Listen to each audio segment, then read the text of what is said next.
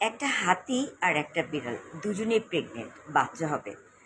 এর মধ্যে বিড়ালের বাচ্চা হয়ে গেল, 3-4টা বাচ্চা সে প্রসব করলো। তারই 6 মাস পরে গিয়ে আবার প্রেগনেন্ট হলো, আবার বাচ্চা হলো। 9 মাস পরে গিয়ে আবার প্রেগনেন্ট হলো বিড়াল, আবার বাচ্চা হলো। তখন বিড়াল হাতিকে গিয়ে বলছে, আচ্ছা তুমি কি আদৌ প্রেগনেন্ট? তোমার কি আসলেই বাচ্চা হবে? আমার বাচ্চারা তো প্রাপ্তবয়স্ক হয়ে গেছে এক একজন, অথচ তোমার এখন বাচ্চা হওয়ার কোনো খবরই নেই।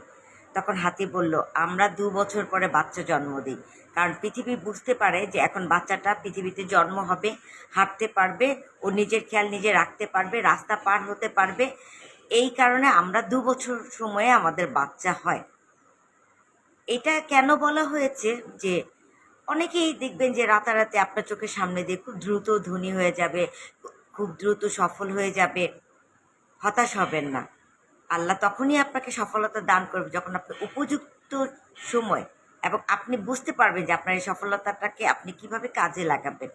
তখনই আল্লাহ আপনাকে সফল করবে। আপনাকে আল্লাহ উপযুক্ত মনে করবে। আপনার হাতের, আপনার ঘরের চাবিটাকে আপনি যেন তেন লোককে বিশ্বাস করে তার কাছে দেবেন? আপনি তার হাতেই আপনার ঘরের চাবিটা দেবেন বা আপনার লকারের চাবিটা দিবেন যে নাকি আপনার এই চাবিটার কদর রাখতে জানে।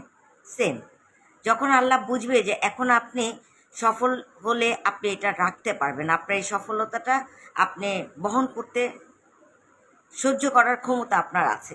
আপনাকে তো হুট করে এত কোটিপতি, আপনার হুট করে এত সফলতা দিয়ে দেবে না যদি আপনি সেটা রাখতে না জানেন। তাই দেরি করে যদি সফলতা আসে, হতাশ হবেন না, লেগে থাকুন। অবশ্যই আল্লাহ বড় পরিকল্পনাকারী, আপনাকে অবশ্যই ভালো কিছু দান করবে। আমিন।